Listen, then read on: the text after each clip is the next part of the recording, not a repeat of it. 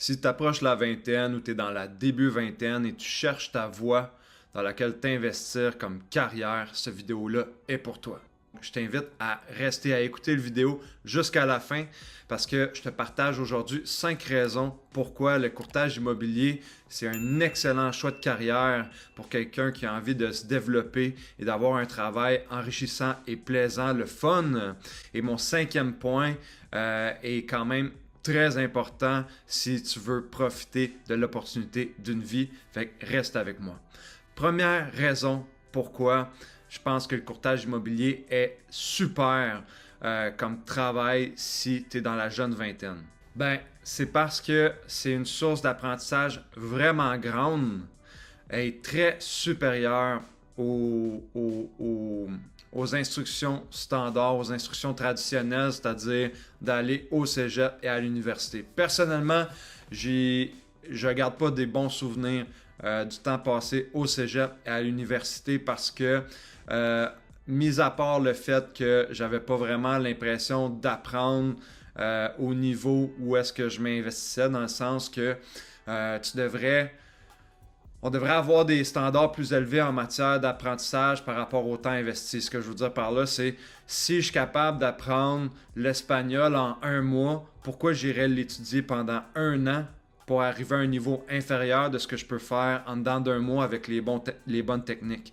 Ça, c'est un exemple parmi tant d'autres, mais ce que je veux dire par ça, c'est qu'à l'école, on t'enseigne à mémoriser des choses pour répondre à des examens, pour répondre à des exigences. Mais ça n'a aucun rapport avec tes compétences sur le marché du travail, ça n'a aucun rapport avec ta compétence à créer des liens, ça n'a aucun rapport à ta capacité à appliquer ces notions-là dans la vraie vie parce que c'est juste pas ça, c'est juste on joue à un jeu de remplir de la paperasse puis de répondre à des questions comme préparation, mais de ma perspective à moi, c'est beaucoup un formatage qui a certains avantages. Les gens qui passent plus de temps à l'école, en général, ça montre un certain niveau de conscienciosité, d'assiduité. Mais en même temps, est-ce que ça veut dire qu'il faut tout le monde passer par là?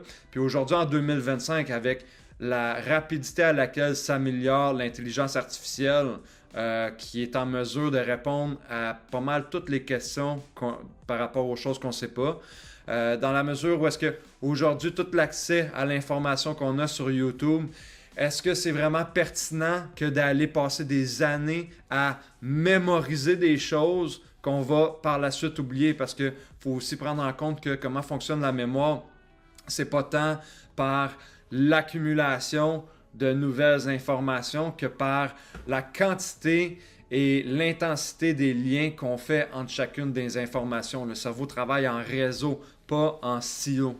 Donc, je pense que si tu es dans la jeune vingtaine, c'est super le courtage immobilier parce que contrairement à l'école qui te fait apprendre des matières de manière vraiment isolée, puis qu'en final, tu as le temps d'oublier avant d'avoir la chance de le mettre en pratique, ben, le courtage immobilier, tu sautes dans le tas, puis tu apprends dès le jour 1, puis tu apprends à tous les jours. Puis en plus, c'est un travail, donc tu es payé pour le faire au lieu d'aller faire des choses bénévolement ou de travailler gratuitement.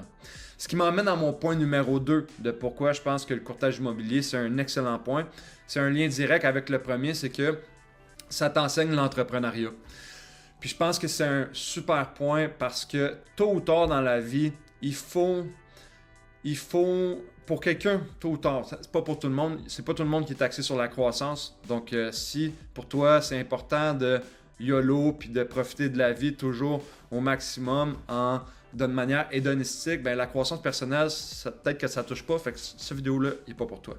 Si par contre, tu as envie de créer un patrimoine, tu as envie de sentir que demain, tu vas être une meilleure personne qu'aujourd'hui, puis pas nécessairement en termes de morale, mais plutôt en termes de situation personnelle, fait que d'avoir plus de ressources, oui matérielles, mais d'avoir plus de contacts, d'avoir des meilleures relations, etc. À un moment donné, si tu as envie d'augmenter ta qualité de vie sur le court, moyen, long terme, tôt ou tard, tu vas devoir faire face à des notions d'entrepreneuriat parce que même si tu es employé, puis même si tu travailles dans un secteur où est-ce que, tu sais, comme des grosses industries, où est-ce que tu es plus à l'aise en tant qu'employé, il faut que tu comprennes que peu importe le travail que tu fais, il y a une notion d'entrepreneuriat. La plupart du temps, en tant qu'employé, ce qu'on fait, c'est qu'on vend notre temps et nos compétences en échange d'un salaire. Mais quand tu fais de l'entrepreneuriat, ce que tu fais, c'est surtout tu échanges tes idées puis tes initiatives en échange de rétribution. Fait que c'est intéressant parce que d'un niveau de scalabilité, là, c'est un mot anglais pour dire le potentiel de développement à l'échelle, ben, ça peut être beaucoup plus important, plus exponentiel de pouvoir vendre autre chose que ton temps. Donc, si tu es capable de te mettre dans une situation de vendre vraiment juste tes services et non vendre le résultat, ben, tu peux augmenter plus rapidement ton salaire que si tu fais juste tes revenus, que si tu fais juste augmenter ton taux horaire. Puis pourquoi je dis que tôt ou tard, il va falloir faire face à ça dans une carrière, c'est que quand tes skills deviennent assez rares, ben, à un moment donné, le taux horaire, c'est plus un bon justificatif pour tes services. Puis le courtage immobilier, c'est super parce que tu es justement payé pour le résultat que tu amènes. Donc, tu travailles gratuitement jusqu'à temps que ça marche. Donc, au début, oui, tu dois t'investir parce que ça prend du temps avant d'être payé. Donc, c'est bon d'avoir un coussin ou d'être bien préparé ou d'avoir les bonnes stratégies pour être capable de générer des résultats rapidement. Mais ce qui est vraiment le fun, c'est que l'entrepreneuriat au sens large, c'est quelque chose de très risqué à apprendre si tu penses à des gens qui se lancent d'autres types de business, comme de la restauration, comme des startups, etc. Ça plante la majorité du temps. Pourquoi? Mais parce que c'est extrêmement difficile, puis il y a beaucoup de nuances là-dedans. Puis ce qui est beau du courtage immobilier, c'est que c'est un modèle d'affaires super rodé. C'est comme... Tu risques pas d'inventer grand-chose dans le courtage immobilier. On sait que c'est un modèle d'affaires qui fonctionne présentement. On sait que c'est une clientèle qui se renouvelle. Fait que les gens ont constamment besoin de se loger et ont constamment besoin de se déménager. Donc, tu ne manqueras jamais de clients. Ils sont tous là. C'est juste de te faire voir puis ensuite de les faire comprendre que c'est mieux de faire affaire avec toi qu'avec un autre. Ce qui est beaucoup plus facile, ça, que d'inventer une clientèle. Si tu inventes un produit nouveau ou un restaurant que c'est du jamais vu, ben après ça, il faut que tu crées une demande. Puis ça, c'est impossible. Tu es mieux d'aller là où la demande est.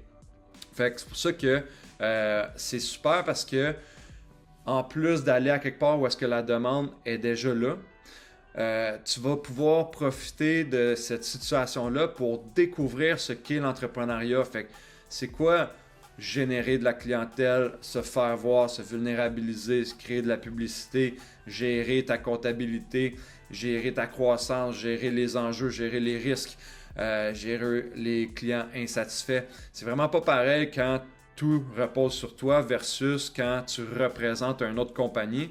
Puis ça, il y a des avantages, des inconvénients. Ça peut être plus lourd émotionnellement parlant.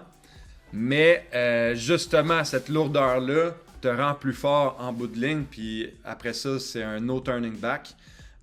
Donc, let's go l'entrepreneuriat. Point numéro 3. Dans la même lancée que de vouloir apprendre puis croître, un des gros avantages de travailler comme courtier immobilier, c'est que obligatoirement, ça va te forcer à apprendre sur l'immobilier puis à baigner là-dedans. Puis ce qu'il faut comprendre de l'immobilier, c'est que ça aussi, tôt ou tard, puis je te souhaite que ce soit plus tôt que tard, tu vas devoir y faire face dans ta vie personnelle. Parce que l'immobilier, c'est autant un véhicule d'investissement qu'un abri. Tu as besoin de l'immobilier dans ta vie pour te protéger des éléments puis survivre. Puis vu que c'est un besoin qui va rester constant dans ta vie, ben à un moment donné, ça vaut la peine d'y investir. Puis quand tu investis, il y a un gros effet de levier parce que même si quand tu achètes, admettons, ici présentement, les Plex à Montréal, mettons que la médiane est à 800 000, OK? Si tu achètes un Plex à 800 000 puis qu'en ce moment, la croissance de valeur est de 10% par année, ça veut dire que tu fais 80 000 par année juste d'être propriétaire, puis probablement que tu payes comme 20 000, 30 000 d'intérêt. Fait que c'est comme, OK, hey, ça te dirait-tu de faire 50 000 par année pour habiter où ce que tu habites? Ouais. Fait qu'il faut être un peu fou pour pas sauter sur cette occasion-là. Mais en même temps, c'est pas facile d'accès, ça prend beaucoup de sous. Fait que ça prend un travail. Puis dans la vie, si tu veux faire de l'argent, bon, ça te prend un travail à la base, mais ça te prend un travail que tu peux avoir du fun et que tu peux performer. Puis là encore, ben, le courtage immobilier, tu vas générer les résultats que c'est vraiment concrètement, tu vas vraiment récolter directement les fruits de tes efforts. C'est pas comme travailler de l'heure puis attendre une potentielle augmentation qui va être décidée par la hiérarchie au-dessus de toi. C'est vraiment, bon, ben moi je veux faire plus d'argent, fait que cette semaine, je vais mettre plus d'heures sur des priorités les plus importantes, puis on va voir qu'est-ce que ça donne, puis on va s'ajuster. Puis tu es vraiment tout le temps en train de piloter, fait que ça, je trouve ça incroyable. Mais pour rester à mon point 3, tu apprends sur l'immobilier, puis plus que tu apprends, plus que tu vas être en mesure aussi de sortir ton épingle du jeu, plus que tu vas être en mesure de trouver des bons contacts, puis en plus, ben c'est facile de faire le switch à un moment donné ou juste d'investir, comme que ce soit pour ta résidence principale ou comme modèle d'investissement puis de business en soi, de devenir un investisseur immobilier. Quand tu baignes là-dedans puis que tu as fait plein de transactions, ben, ça devient beaucoup moins intimidant. Puis je pense que ce côté-là est vraiment sécurisant comparé à de l'investissement boursier qui est complètement hors de ton contrôle, que tu n'as pas le pouvoir d'optimiser ton investissement chez Apple ou chez Tesla. Tu n'as pas le pouvoir tu peux pas non plus autant anticiper les montées, c'est pas non plus autant prévisible les mouvements du marché. Puis, tu n'es jamais sûr non plus si l'action dans laquelle tu investis va rester constante parce que tu ne sais pas quel genre de scandale peut arriver. Après ça, moi, je suis plus pro les fonds boursiers. Puis, je pense pas qu'il faut nécessairement éviter complètement d'investir dans la bourse, mais je pense que d'être habile dans sa vie pour investir en immobilier, c'est te garantir un beau futur, là. Point numéro 4, c'est que ça va t'aider à développer ton sens du service à la clientèle. Moi, je trouve ça vraiment intéressant que dans la vie, pas mal tous les travails se résument à soit produire des objets ou servir des clients. Tu sais, c'est pas mal les deux catégories que tu as dans la vie. Donc, à moins que tu sois un inventeur ou que tu aies envie de travailler dans la construction ou dans une usine, tu es pas mal condamné, t'es pas mal, disons pas condamné, mais t'es pas mal voué à travailler avec des clients. Puis ça, c'est un skills qui s'apprend. Puis c'est un macro skills, je pense, qui vaut la peine d'être investi. Puis il y a tellement de livres qui tournent autour de ça. Mais le problème, c'est que quand tu travailles, je sais pas moi, si tu travailles, tu sers de la crème glacée, il y a quand même un plafond où est-ce que tu es capable d'amener ton service à la clientèle. C'est le fun de donner un super service, mais tu ne toucheras pas à tout parce que tu vas être employé.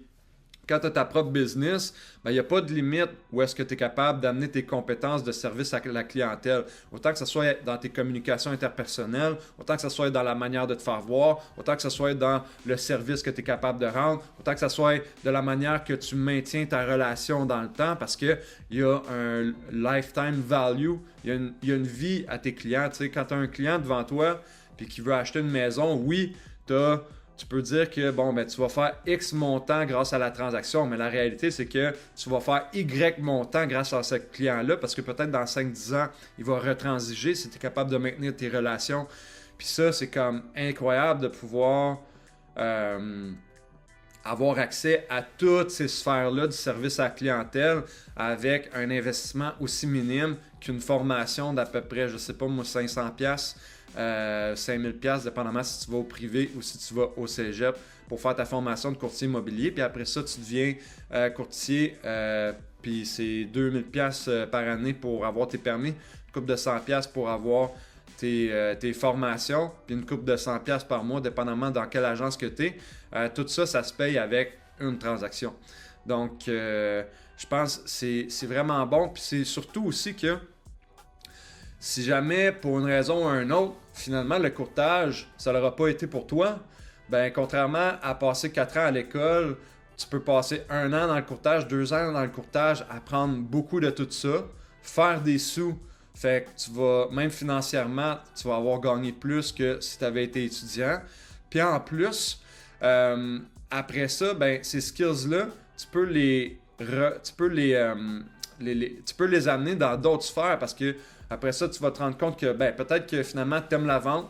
Fait que tu peux aller travailler ailleurs dans la vente, tu vas avoir des skills pour. Tu peux aller travailler en administration parce que tu vas avoir des skills pour. Tu peux travailler en marketing, tu peux travailler en immobilier, dans la gestion peut-être, tu peux travailler peut-être courtier hypothécaire, tu peux travailler dans les finances, ça développe vraiment des skills que tu vas pouvoir amener partout. Fait que, mais grosso modo, partout où est-ce que ça a le rapport avec du service à la clientèle ou de la gestion de projet. Fait que pour ça, ben moi je trouve ça vraiment un beau véhicule. Puis finalement, la dernière raison, la raison numéro 5, pourquoi je pense que si tu es un jeune dans la vingtaine qui cherche sa place comme travail, ben c'est que c'est un travail qui peut être vraiment très très payant, mais surtout très enrichissant. Puis qu'est-ce que je veux dire par là, la nuance, c'est que déjà je veux mettre un bémol, je pense que les gens qui s'en vont dans le courtage pour faire de l'argent facile vont frapper un mur. C'est pas aussi facile que ça a l'air. Il y a beaucoup de montagnes russes. Mais on peut pas se cacher que côté taux horaire, c'est très élevé comme rétribution. Puis moi, je pense que l'affaire qui est le plus incroyable, puis c'est la raison de mon vidéo aujourd'hui, pourquoi je tiens à partager des informations en lien au courtage, puis à intéresser les gens par rapport à ça, c'est parce qu'il y a aujourd'hui l'opportunité d'une vie, grâce à EXP, de pouvoir créer un investissement, s'investir, puis créer un revenu qui est récurrent, passif, duplicable, en plus du revenu d'action. Puis comment ça fonctionne en fait, je vais en parler plus en détail dans une autre vidéo, mais si quand tu travailles dans EXP, contrairement aux autres agences, il y a un maximum que tu peux vite rejoindre pour arrêter de donner une part de tes commissions. Fait que déjà, ça coûte moins cher en commission. Fait que c'est moins stressant. Donc, tu es plus performant parce que tu as plus d'énergie que dans d'autres bannières. Aussi, si tu performes assez, le 16 000 $ annuel que tu vas avoir donné en commission, qui est le maximum que tu peux donner, soit 20% de 80 000, on te le redonne en action. Fait que le jour où est-ce que tu arrêtes d'être courtier ou tu sors, tu changes de bannière pour une raison X, tu vas pouvoir récupérer ces actions-là qui vont croître dans le temps avec la croissance de l'entreprise. Mais le truc vraiment incroyable, c'est l'aspect de partage de revenus. Donc le partage de revenus, si je fais un résumé, c'est que c'est la seule agence qui peut faire ça. Probablement qu'il va en avoir d'autres bientôt qui vont les rejoindre parce que c'est un modèle d'affaires. J'ai pas connaissance d'aucune entreprise qui fait ça ailleurs. J'ose croire que ça doit exister. Puis de loin, ça ressemble. Des gens vont dire que ça ressemble à un système pyramidal, mais c'est pas ça. Mais c'est vrai que ça peut être semblable. Ça peut ressembler, c'est que dans XP, tu donnes 20% de tes commissions. Fait que si tu fais une transaction, tu fais 10 000, tu vas avoir donné 2 000. Fait que tu ne le sens pas vraiment passer parce qu'en réalité, tu vas recevoir 8 000. OK? Du 2 000 que tu vas avoir donné, ben en fait, jusqu'à temps que tu fasses 80 000. Quand tu as fait 80 000, tu vas avoir donné 16 000, puis après ça, tu vas garder 16% dans tes poches. La personne qui t'a sponsorisé, qui est ton mentor, qui t'a introduit à XP, elle va recevoir à peu près 3 000 du 20% que tu auras donné à l'agence. Fait que toi, ça ne te coûte rien de plus, puis elle a fait 3 000. Si toi, tu recrutes quelqu'un, tu introduis quelqu'un parce que tu as vraiment un beau succès, fait que là, le monde vient vers toi, tu as des gens dans ton entourage que ça l'intéresse, puis vu que toi, tu as réussi à faire fonctionner ta business rapidement, ben ça va te faire plaisir d'aider d'autres mondes, puis ce monde-là sont intéressés à pouvoir avoir la même qualité de vie que toi, ben tu peux les faire rentrer, puis eux, après avoir donné 16 000, après avoir fait 80 000, tu vas recevoir 3 000 de ce montant-là. Mais le gars au-dessus de toi va aussi recevoir 3 000 de la personne en dessous de toi. Fait que grosso modo, quand tu as 30 personnes en dessous de toi, ben ça peut faire un 90 000 de revenus annuels qui va revenir à chaque année. Puis plus que tu as de monde, plus que ça grossit, fait qu'il y a un aspect exponentiel à ça. Puis en plus, tu n'es pas obligé de faire de la production, puis tu n'es pas obligé de recruter constamment. Puis tu peux léguer, mettre dans ton testament ce revenu-là que tu reçois de l'agence. Fait que c'est comme, hey, qu'est-ce que tu dirais que je t'offre un plan de retraite qui va non seulement gagner en valeur, mais qui risque de croître de manière exponentielle à vitam aeternam. Puis tout ça pour 0$. Est-ce que tu embarques? Puis il y a beaucoup de monde qui vont dire ben ça a l'air trop beau pour être vrai, fait qu'ils viendront pas. Ben le monde qui ont le plus faim, qui sont le plus wise et le plus curieux vont au moins gratter un peu la surface de ça, explorer comme moi j'ai fait, à savoir est-ce que c'est quoi exactement cette affaire-là? Est-ce que c'est une gimmick parce que c'est presque trop beau pour être vrai? Puis la réalité, c'est que c'est juste ça prenait un entrepreneur un matin qui s'est levé puis qui a dit moi je suis plus satisfait des systèmes d'agence qu'on connaît, puis parce que tout l'argent va aux dirigeants d'agence, je veux une organisation qui va vraiment pouvoir enrichir pour de vrai les courtiers immobiliers. Puis c'est comme ça que le créateur de EXP a donné naissance à EXP.